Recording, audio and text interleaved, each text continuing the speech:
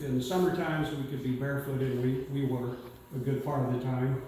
We had that great river running by the house, and we built dams, and we swam, and Ron taught us how to put our hands up under the rocks and see what came out when we pulled out from under there. We had a lot of trouble over that. But it was that kind of place, and at night, if you've ever slept in that house or in that back bedroom with the window up in the summertime, you can hear the waterfalls. About the most peaceful sound. It's sort of like the beach, except it's just constant waterfalls. Really, really nice. How did we get around back then? Well, we walked a lot. Bicycles came along, and Ronnie and Larry, of course, got the best bicycles. I got a crappy one, but I'd forgotten all about that. And we hitchhiked a lot. I know I certainly did, but that's how we got around. Dad used to say, he said, there's no place like Roan Mountain in the world. And in his mind, he'd pretty well seen the world because he traveled all over the southern United States, and he'd been in some other places, but he couldn't find any place better. And you'd ask him why he stayed, he'd just say, there's no place better than Roan Mountain. One of the things that I was trying to think of things that happened in Roan Mountain at the time that we were growing up, and it was a little bit of like Mayberry. We had characters that were just unbelievable. But in that environment, one of the friends of ours, a distant cousin, Ronald Lacey, liked to start rumors. And one time around the service station, wherever we were hanging out, he passed the word that this reclusive old man Church, had shot himself. Well, it wasn't true, but it went through that town like wildfire. Unfortunately, a few years later, he did off himself. So it was sad, but that's kind of the place it was. Our hangouts at the time were the tea room, Merle's Pool Hall, and then the Dairy Lane came along, and then Bob Burleson took it over after that. Those of you that are around there know that our house that we grew up in was next door to the minister's house that they called the Manse, and then there was a church. It was pretty hard to get in trouble for us. We were surrounded. And on the other side of the house, we had Ray Greer, who was instrumental in our upbringing, I would say. But people kept an eye on us for whatever reason. We went to church every Sunday, every Wednesday, every revival, and sometimes revivals, if we're going well, went 2 weeks. We went to all of them. I would say that, and Dad was the church superintendent for as long as I can remember, certainly long after we were gone. He was still Sunday school superintendent. But with that kind of upbringing and being kept as close to the line as you couldn't get in too much trouble. Ron probably made up for Larry and me, but that's a separate story. One of our responsibilities, and our primary responsibility, was to take care of the garden. So when we first started having a garden, and we were all getting big enough, and certainly Ron and Larry were before me, but our job was to get the garden cleaned off from the previous year. Dad would have it plowed, and then we'd start planting. And it took a long time. And as we got older, I thought back on this, that garden seemed to get bigger every year. Yep. And I think it had to do with how much we ate. But we planted potatoes, we dug potatoes, we planted half-winter beans, we pulled them, we broke them, we strung them, did all of that, Mom canned them. I mean, every kind of crop you can think of, from okra to radishes to onions, tomatoes. We were self-sufficient in many ways. We had hogs, we had hog pen, we had chickens, we had a chicken coop, and we had fresh eggs most of the time. We even had a steer or two that we took care of in a neighbor's barn down the way. So, you know, in Roan Mountain, we could get by pretty good, and Mom could can whatever we could put together for her, she could can it. And those of you that ever saw the back of that basement downstairs, the whole back wall was covered in shelving, and there were quart jars galore of everything you can think of. So we got by pretty well. Even in tough times, we got by pretty well.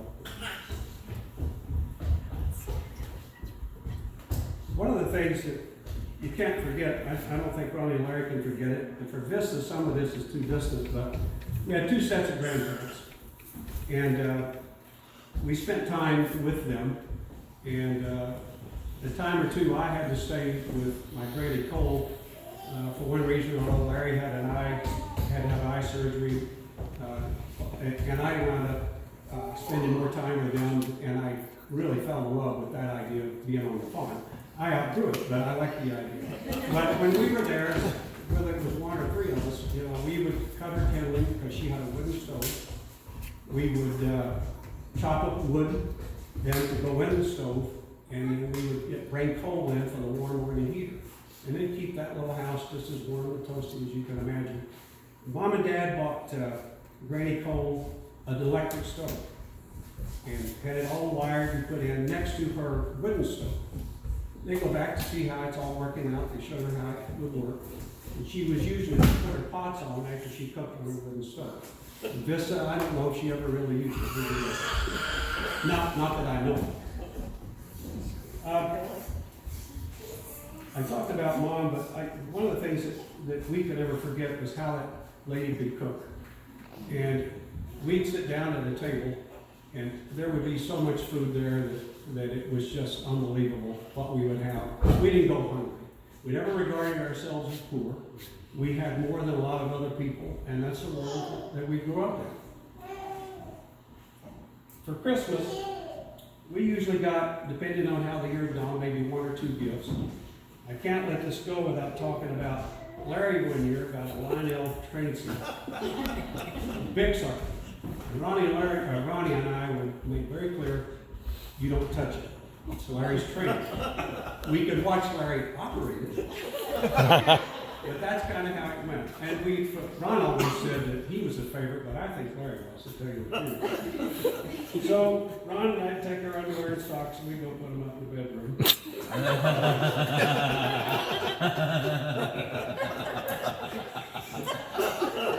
Christmas time, Mom would always, she'd have candy, cakes, pies. The decoration, we always had a fresh green balsam tree. And one of my memories of that, and I'm sure for my brothers and sisters, was the aroma, that scent from that balsam tree would just linger in that house. It was, you just knew when you walked in, and those of you that have fresh trees, you know that. But it's a great memory for me from growing up back then. One year, I'd say the best Christmas present that I can remember at the time was, it was about 57, I think. Ron may remember better. But Mom said after Christmas presents were all unwrapped, and she said, well, that's it, boys. And it turned out Ron and I had been sneaking around looking out on the back of the screen porch. And it was the back of where the den is now, kind of in that space. We found a big package that had been wrapped, had Christmas wrap on it. When Mom said, that's it, Ron said, no, it's not. There's something out on the back porch. She said, how do you know? He said, we found it. Okay, well, let's go get it, bring it in. Well, it was a record player. And with that, they bought us records of Elvis Presley, Sonny James, Little Richard. I mean, I don't know, Ryan, you remember better than I can. Marty Robbins, remember that? Just a whole pile of 45 records. And if you know what a 45 record is, most of you. And one of the things that we had to do in that environment was to, if you find a job, making a little money here and there, you did that. And Larry will remember this one. Larry and I worked for Emmett Green sometimes in the summer, and he had cattle, and he had a lot of equipment. In fact, he used to plow our garden. He would, when he would cut hay, he had a hay baler, and he'd have Larry and I, and maybe Tom Burleson, maybe Johnny Forbes.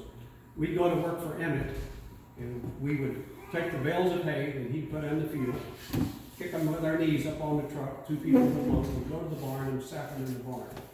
We did that for 40 cents an hour, all day long. And you knew you'd done it at the end of the day. You know, that was that, you know, you just did whatever you could find to do. We did get a raise to 50 cents, didn't we? We did, eventually, yeah. He took us fishing on Watauga Lake one time. I remember that. Another thing that all three of us did at one time or another is we cleaned the church. We took care of the church lawn. We had to build a fire in the furnace during the winter, so it was an old coal furnace. We'd go down late on Saturday evening, build the fire so it was ready, or on Wednesday morning, we build it for a Wednesday evening service. So things like that, it gave you things to do. We wax cars, just anything you could find. There were no real jobs that I could think of. I mean, if there were, we would have had them, I think. We had a lot of fun with sports. We played out, our line ran together with 3 houses. And we would play football, tackle football. And the next door neighbor, Ray Greer, some of you knew Ray Greer. When we played tackle football, Ray Greer got tackled one time playing with us, a bunch of boys. And I think it was Wayne Lowe. They tackled him in the driveway that was full of gravel. Until Ray died, he had a big scar right across his chest from playing football with us. He never forgot us. We rode the school bus every day. We maybe walk home sometimes from school, but generally all 3 of us were, right, Ron? We rode the bus. And the school we went to at that time, when I started in the 1st grade, Larry would have been in the 5th, and Ron in the 7th. Yes, that's right. That sounds right. Yeah. It was 12 grades. It was a school that took all 12 grades. Can you imagine that today? And there was no preschool. There was no kindergarten. And that school burned. We didn't burn it. It burned. Oh, I don't know where Ron was. It's 57. Lynn was there when I was there. New elementary school had been built before that, so we went to school in shifts. The older kids went first, is that right? No, the younger kids. Can you remember? Who went Young went first. Yeah, so the young kids would come at 7 to 11:30. The older kids would go from noon to 4:30. We did that for a year and a half, something like that. Yeah, about that.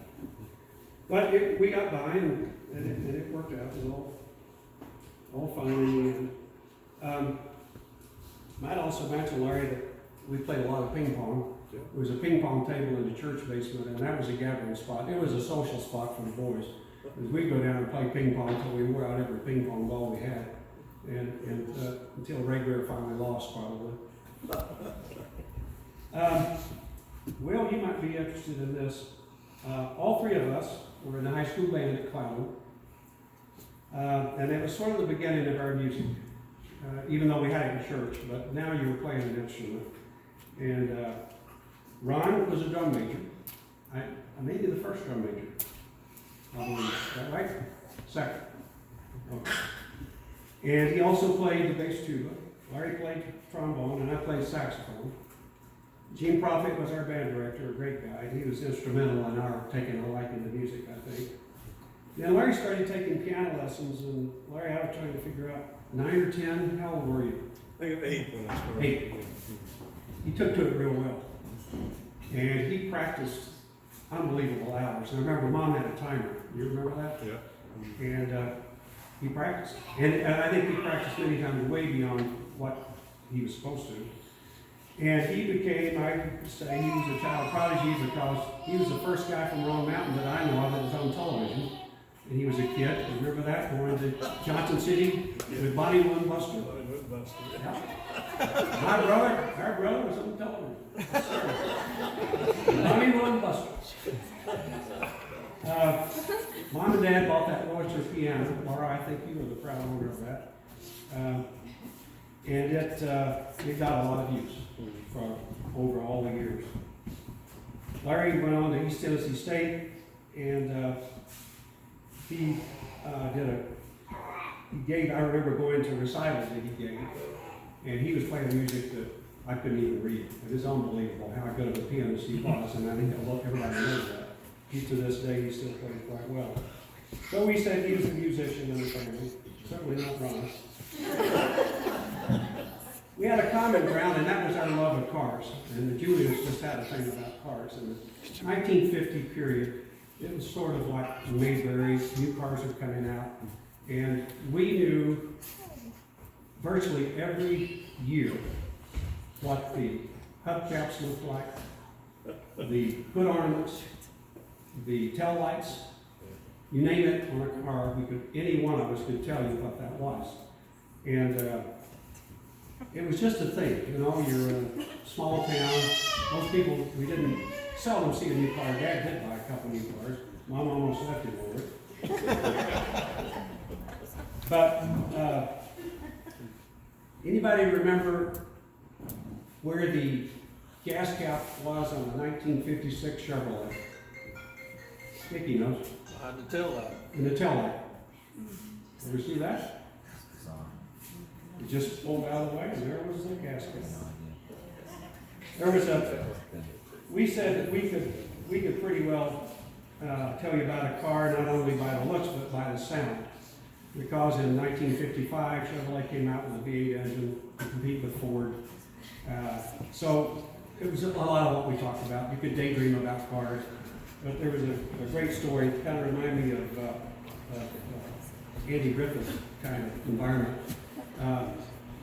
One of our local guys and family, they were sort of itinerant workers, Gal Arnett and his wife, were out walking, and they didn't have a car, and they walked everywhere they went. And they had a big family. And Larry, you remember Johnny Forbes, and John Forbes' dad bought a new 56 Plymouth straight shift with a V8 engine. Okay, so Johnny's driving down from the church going toward Roan Mountain, and in his dad's car, and he sees the Arnett family walking, and he stops and offers them a ride, which was a very common thing to do. People did that. And so Dal gets in the front seat, Lou and the children and the baby get in the back seat. So Johnny pulls out, and Dal says to Johnny, "Ford, ain't it?" And Johnny wasn't going to tell him it was a Plymouth. He said, "Yeah." He said, "How do you know?" He said, "I could tell by the run of it." You had to be there. Lou was in the back seat. Lou was in the back seat, had the baby. And Johnny told this story. He said, they got going, and he's in the third gear, and Lou says, "You riding, ain't you, baby?"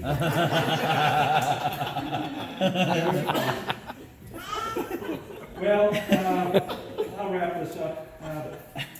In time, all three of us served our tour in the United States Army. We were patriotic, did our duty. Larry joined me in time at East Tennessee State because he'd gone in the Army, came back, and we spent our last 2 years in school, many classes together, where he was drum major, Will, of the band, and I was a cadet commander of the ROTC band. So we continued to carry our music forward and do a lot with it. Larry went on to become a band director, so. And my picture was in the annual, and your name was under the picture. I got some golf trophies with your name on them too. Larry and I used to, part of our music was we had a music scholarship to play in the University Dance Band. And we had to practice every week, and we had to play a dance every quarter for the student body. And they wanted us to play rock and roll, little Ray Charles and that sort of thing. They wouldn't let us because they wanted to give the student body some class. So we played big orchestra kinds of music. But it was fun to do that. I think we got a different look at music, some jazz, and that was really good. It was good for us. But we also, each of us, I was in one band, dance band, separate, as was Larry, where we'd go out and play different places, VFWs, moose clubs, whatever, country club dances. And those wouldn't begin probably till usually 9 o'clock at night, be over at 1 a.m. And wherever you were, we might be in Greenville or Kingsport or Bristol, we'd have to drive home. And we'd get home 2, 3 a.m., and both of us were church organists. He was much longer than I was. We had to be in church first thing Sunday morning. Larry and almost in Kingsport, and I had to go back to Elizabethton. So we put in some hours, but all to do with music. And I've said many a time that music got us going, and it really did. Well, I comment that if we had it to do over, I think all four of us would say not very much would change, if anything. You grew up appreciating home, parents. I didn't say anything about them, but two lovingest parents you could ever have. They did so much for us. They gave us everything they could, and then some. And it's hard to ever forget that. But I'd say the good old days, it was a post-World War II economy. Economy was good, jobs were plentiful, just good time overall. People got along. politics wasn't like it is now by any stretch at all. But anyway, speaking of good old days and good old times, I just would like to say and add to what Kathy said, Larry, we wish you a happy birthday. It's been fun. Amen.